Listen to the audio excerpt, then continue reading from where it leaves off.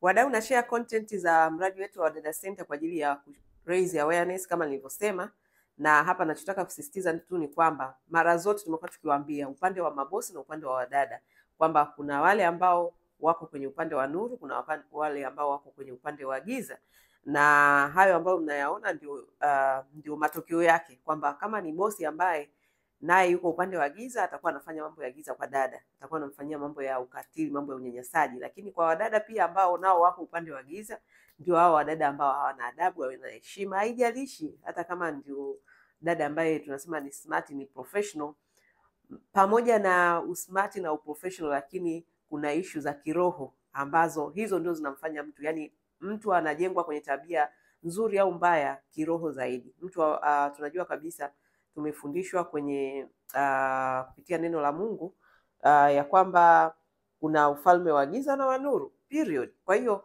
kwenye sekta zote hawa watu wapo, sio tu kwenye kazi za ndani, kila sekta hawa watu wapo.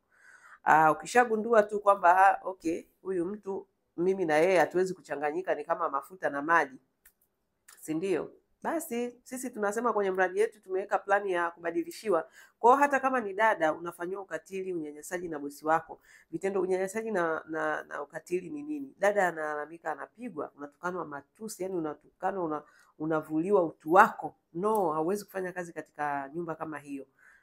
Lakini na kwa mabosi unakutana na dada mjeuri, mjuaji, hataki kuelekezwa. No, haiwezekani.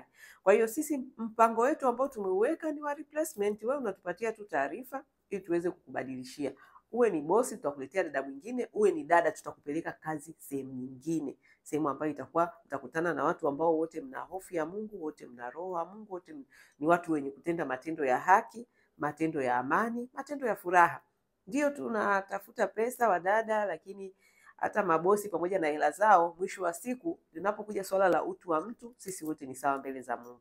Haijalishi wewe umetangulia tu kupata hizo hela, hata huyo dada atakuja kupata. Mbona na mimi kwanza dada wa kazi, na mimi leo hii nawafanya kazi.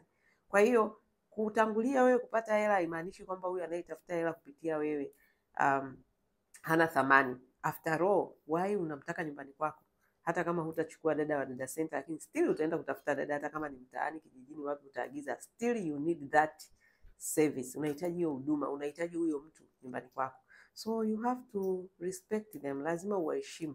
Kwa hiyo ninachotaka tu kusisitiza hapa ni kwamba content zetu tunataka ku create awareness, kwa sababu tunaamini mabadiliko yoyote yanakuja na awareness. Kwa hiyo kuna mabosi walizoea kuwapiga wadada, walizoea kuwanyanyasa, walizoea kuwafanyia vitu vya ovyo ovyo kwa sababu walikuwa hawana sauti. Sasa kupitia mradi wetu wa Wadada Center, hii ni sauti ya wafanyakazi wa nyumbani. Tunatangaza matendo chanya ambayo wadada wanatakiwa wafanyiwe, lakini of course pia tunakemea na wao matendo ambayo hayastahili kufanya katika maeneo yao ya kazi. Hayo ya ujeuri, ujuaji, lakini pia kutokuwalinda watoto vizuri, matendo ya ovyo ambayo tunayasikiaga kwa huko kwenye baadhi ya wadada kwenye mitandao na vitu kama hivyo. Kwa hiyo tunaamini kabisa kupitia hizi awareness, hii ndio calling yetu, hii ndio sehemu ambayo Mungu ametuita kutangaza neno lake, kutangaza habari njema. Okay?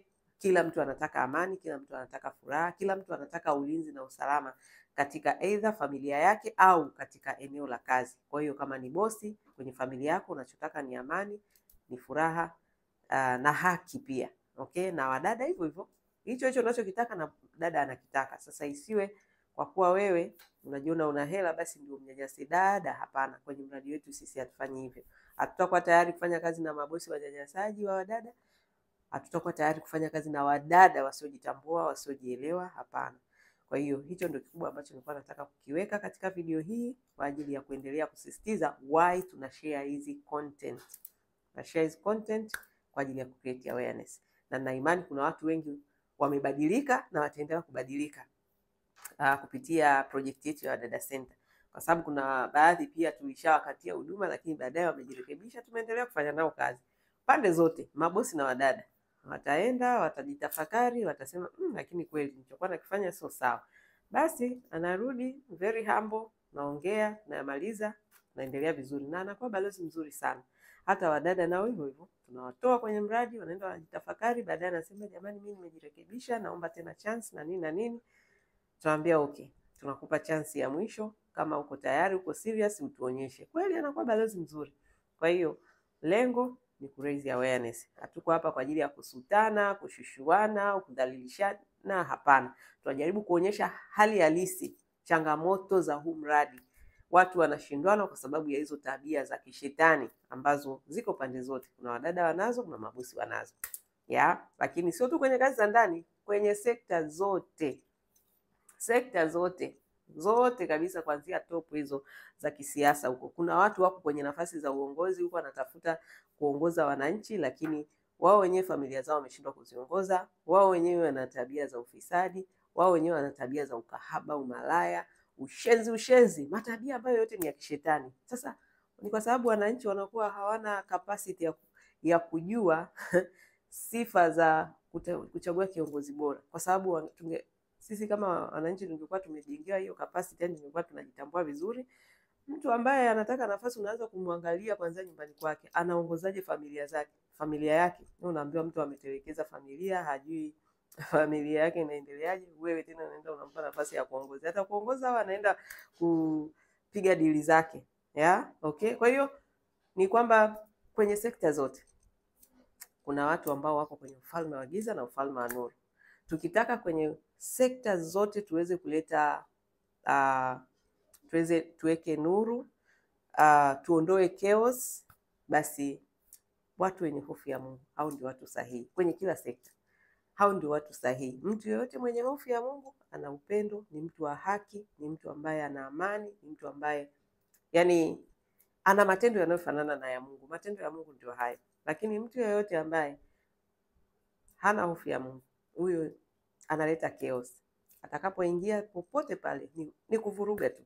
Kwa hiyo ni hivyo tu. Yani it's very simple. Ukiwa ni mtu ambaye unaishi from inside out, yani kwa maana ya kwamba kiroho kuja kimwili, ni rahisi sana kujua. Yani mtu anapofanya mambo yake ya giza, unajua kabisa huyu mtu anaongozwa na Lucifer, huyu mtu anaongozwa na Roho Mtakatifu. Mbona it's simple.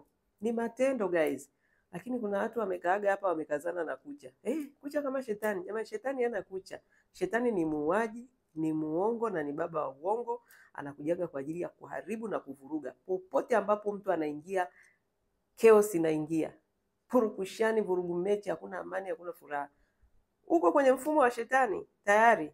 Lakini popote ambapo Roho Mtakatifu ametulia, yeye analetaga amani, analetaga furaha, anatenda haki. Mbona it's just simple. Kwa hiyo sisi tunataka kufanya kazi, nilisha declare mradi wetu unaongozwa na Roho wa Mungu.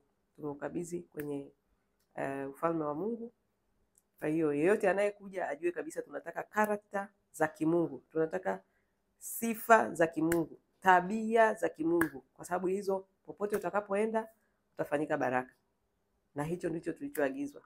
Kupitia kazi zetu tunazozifanya tuutangaze ufalme wa Mungu ambao ni ya haki, furaha na amani. Okay guys, I hope tumeelewana hapa. Natarajia tutakutana kwa wale ambao mtakuja kwenye semina yetu ambayo ni kukutana, tunapata lunch, tunapiga story 2-3 kwa ajili ya hizi changamoto za hapa na pale. Lakini nafikiri kwa wale ambao mnafuatilia mnaona namna ambavyo zinaleta impact kwenye hii sekta. Kwa hiyo I hope wale ambao mtakuja basi tutakutana na tutafanya jambo la maana kabisa lenye kumtukuza Mungu.